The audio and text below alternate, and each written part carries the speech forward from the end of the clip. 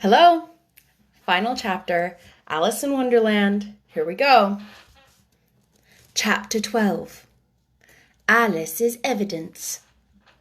Here, cried Alice, quite forgetting in the flurry of the moment how large she had grown in the last few minutes, and she jumped up in such a hurry that she tipped over the jury box with the edge of her skirt, upsetting all the jurymen on the heads of the crowd below, and there they lay sprawling about, reminding her very much of a globe of goldfish she had accidentally upset the week before.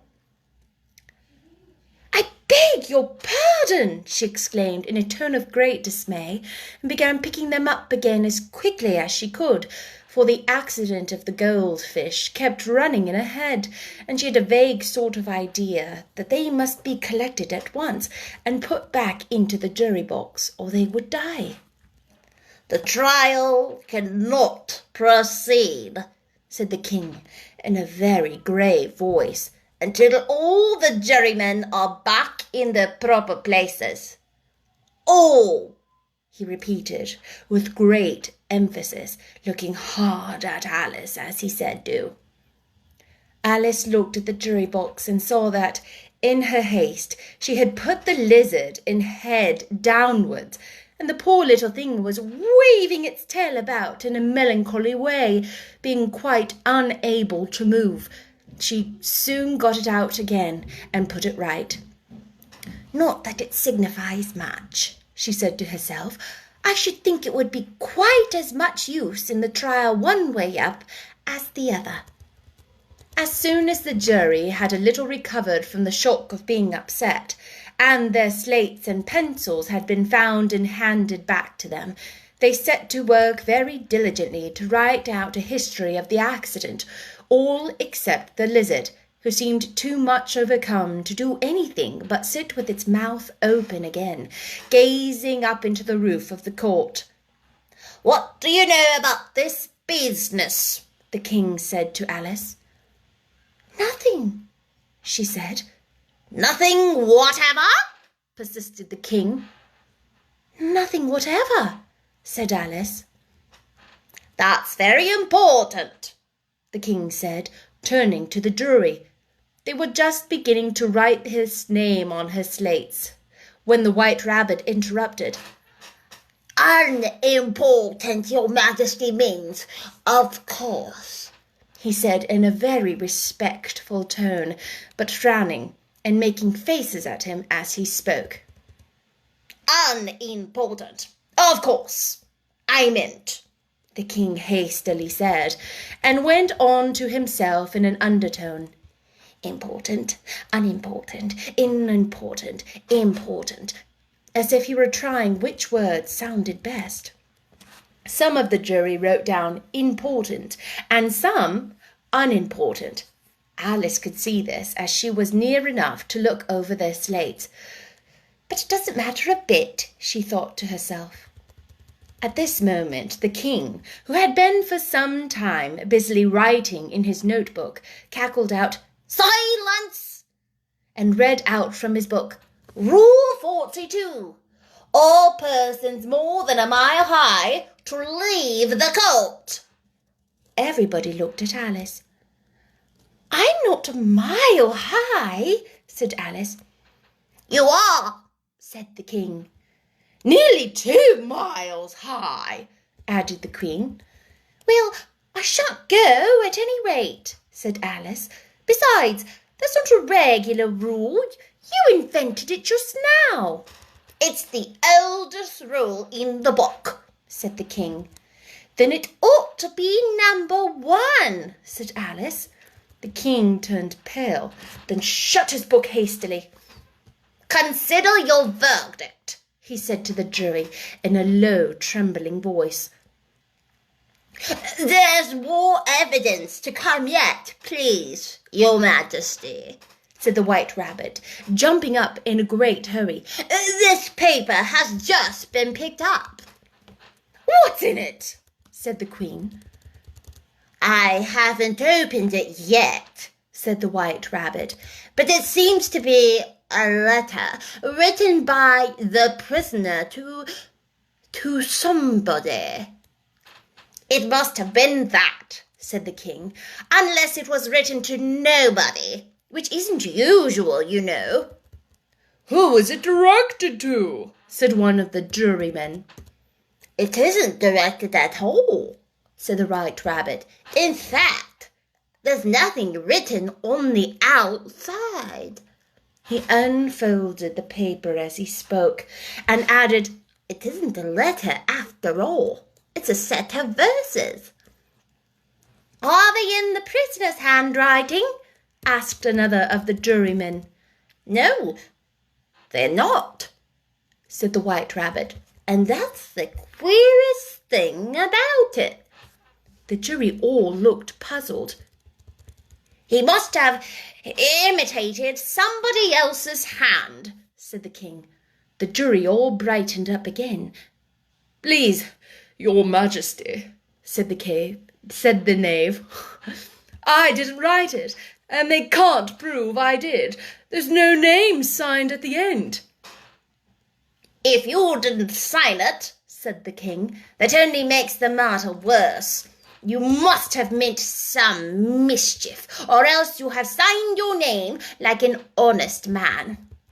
There was a general clapping of hands at this. It was the first really clever thing the king had said all day. That proves his guilt, said the queen. It proves nothing of the sort, said Alice. Why, you don't even know what they're about. Read them, said the king. The White Rabbit put on his spectacles. Where shall I begin, please, your majesty? He asked.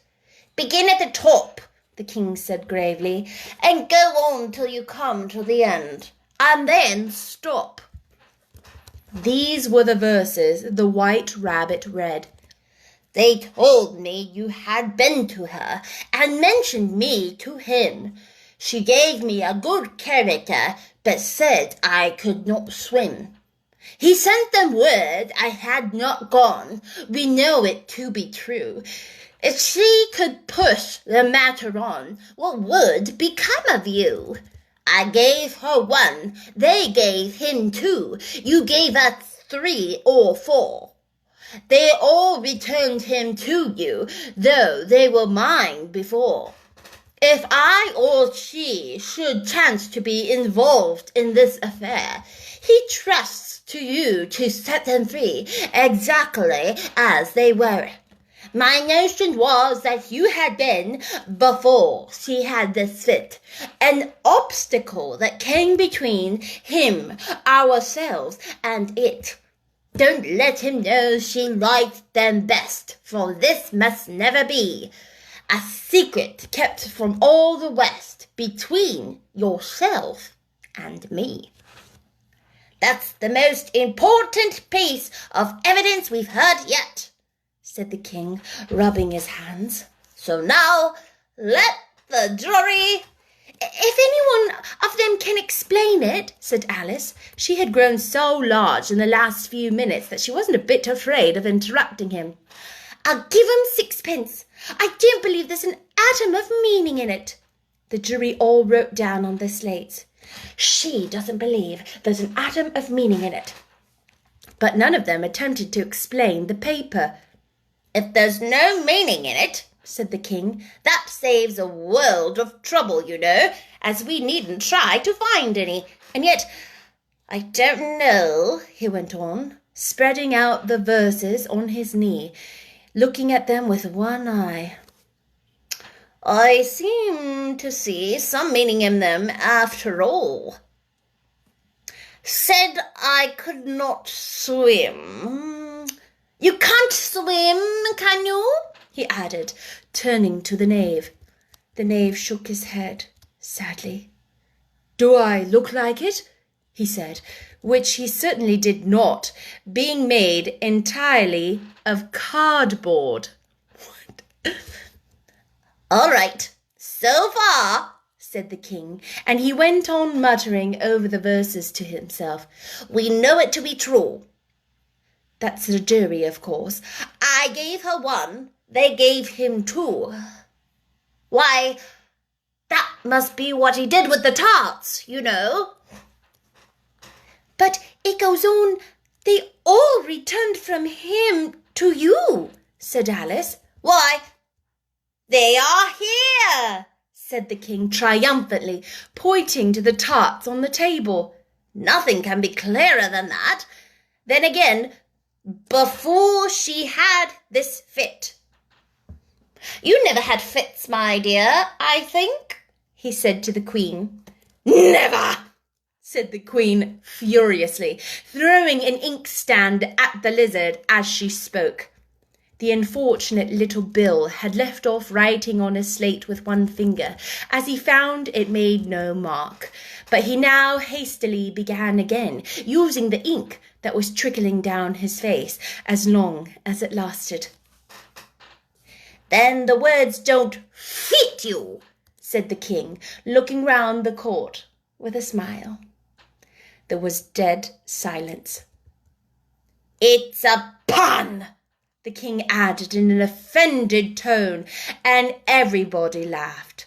Let the jury consider their verdict, the king said for about the 20th time that day. No, no, said the queen. Sentence first, verdict afterwards. Stuff and nonsense, said Alice loudly. The idea of having the sentence first. Hold your tongue, said the queen, turning purple. I won't, said Alice. Off with her head, the queen shouted at the top of her voice. Nobody moved. Who cares for you? Said Alice. She had grown to her full size by this time.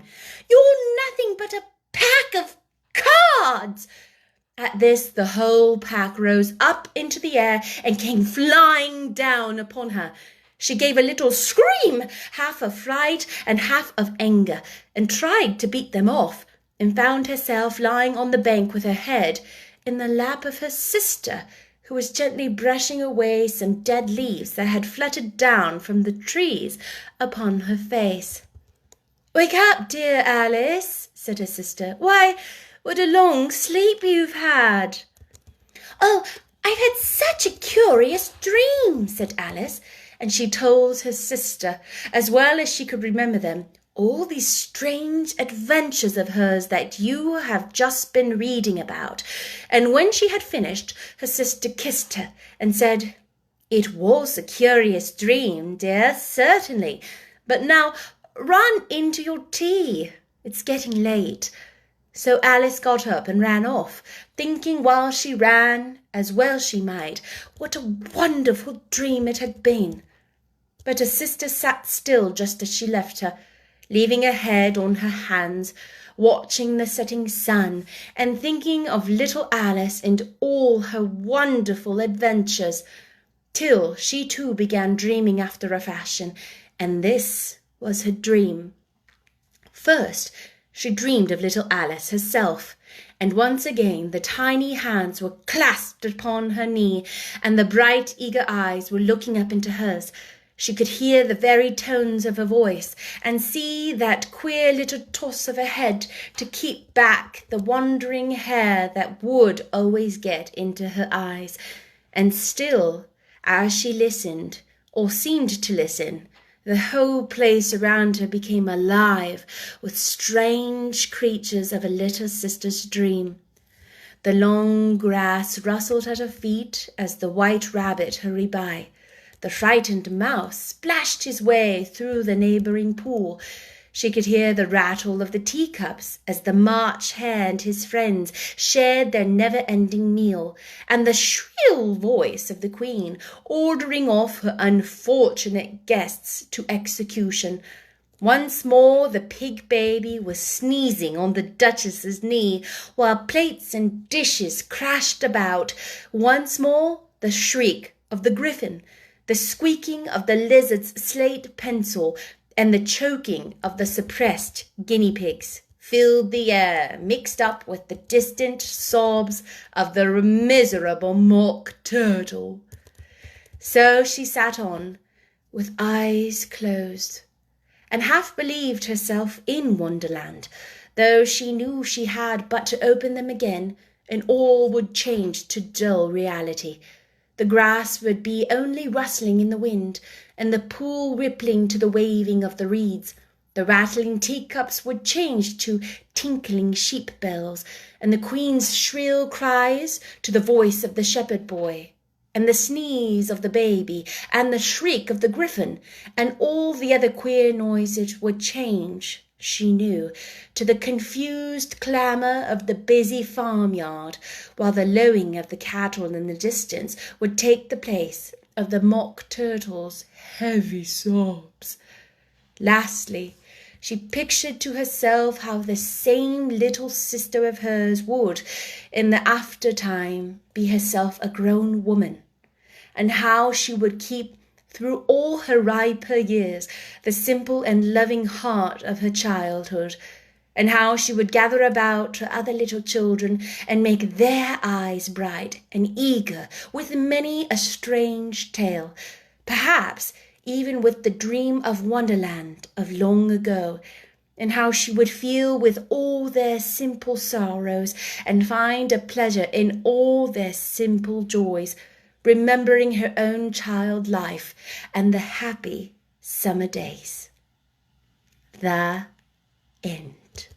The end of Alice's adventures in Wonderland. What did you think?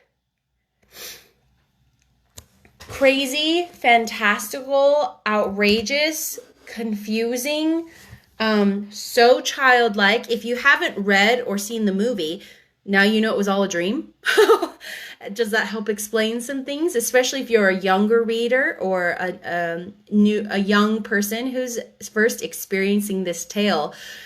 When you heard some of the crazy stuff Alice was thinking she was seeing and experiencing, now that you know it's a dream, that's kind of different, right? Now you're like, oh, have you ever had dreams that were like that?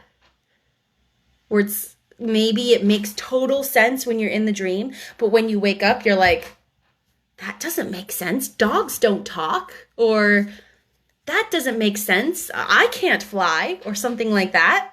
I know I've had dreams where it makes sense in my dream, or I'm really scared in my dream, but then when I wake up, it's not scary, or it doesn't make sense, or I forget it really quickly. I don't know about you guys, but I dream really vividly, and usually I forget it really quickly unless I retell it right away. I hope you've enjoyed your time with me and Alice in Wonderland. I hope you have fun conversations about dreams. I think that would be such a cool conversation to have with your family or loved ones or with your kids, and have them tell you about some of the dreams that they have. Or maybe they can make a sort of story out of a dream that they had. Or maybe some of the differences between reality and dreams, or maybe some of the similarities between reality and dreams. You want to know a cool recurring dream that I have, and that'll tell you how silly and childlike I am in my dreams, which I love. I never want that to go away. I have dreams that I can shoot fire from my hands. And I have that dream a lot, that my hand looks super wide right now, that I can... There, that's better. This is how big it is. When it's up close, it looks like my hand is huge. I can concentrate and focus a lot of effort into my hand in my dream, and I feel my hand heat up almost to the point of I can't stand it anymore, and then it goes, it's almost like this energy that's in my fingertips suddenly goes and like pops off into a little fireball sitting there, and I can hold it in my hand and I can throw it. Isn't that cool? Right? So what kinds of things do you or your loved ones or your family members or your kids, what kind of dreams do they have like that? Do you have a dream journal? Do you record your dreams? Some people do that. Some people find real life meaning in their dreams. Like, I don't, but some people believe that dreams can tell the future. Some people believe that dreams can tell you or help you understand what's going on in your life right now, that they're an interpretation of what is happening in your life and can help you make decisions. There are some phases in your life where you have more crazy dreams, like a lot of women say in pregnancy, there are some medications, like if you have a cold or something, that people say that they get really weird dreams, or what was the other thing? Oh, sometimes if people eat food they're not used to, or a lot of sugar or something that doesn't sit well with their tummy, that they also have really weird and strange dreams then. I know some people have not strange dreams, and they're very normal, everyday things. Like they go to work in their dream and nothing weird happens. And that to me is strange. Like that's not strange, but I expect dreams to be like kind of crazy. I also have dreams where I can basically fly, but that's not quite what happens. It's that I run and then I can jump up really high, and then kind of like a video game character, I can like coast like that after a big jump. Can you fly in your dreams? Or have you ever fallen from a high place in your dreams and in real life you go like that? Or if you trip in your dream and like that? I've had that happen. Anyway, just some fun ideas to talk about now that if this ending of the story that it's a dream, if that's new to you, and kind of makes you rethink or reframe everything that you've read, it's a really fun topic of conversation to have with your loved ones. Okay? I don't know if I will have chapter 1 of Anne of Green Gables tomorrow. We'll see, maybe. But it will be coming soon, and it will be Anne of Green Gables, and I'm not giving you a choice. What's tricky for me, I've realized, is that I'm going to struggle with doing a variety of American voices, which sounds stupid. I should have quite a variety, but I'm going to have to think about that some more. Okay? Bye! And bye from Alice. And bye from the White Rabbit. And bye from the Queen. And bye from the King. And bye from the Mad Hatter. And bye from the Turtle. And bye from the Griffin. And bye from the March Hare. And bye from the Dormouse. Bye-bye, bye-bye.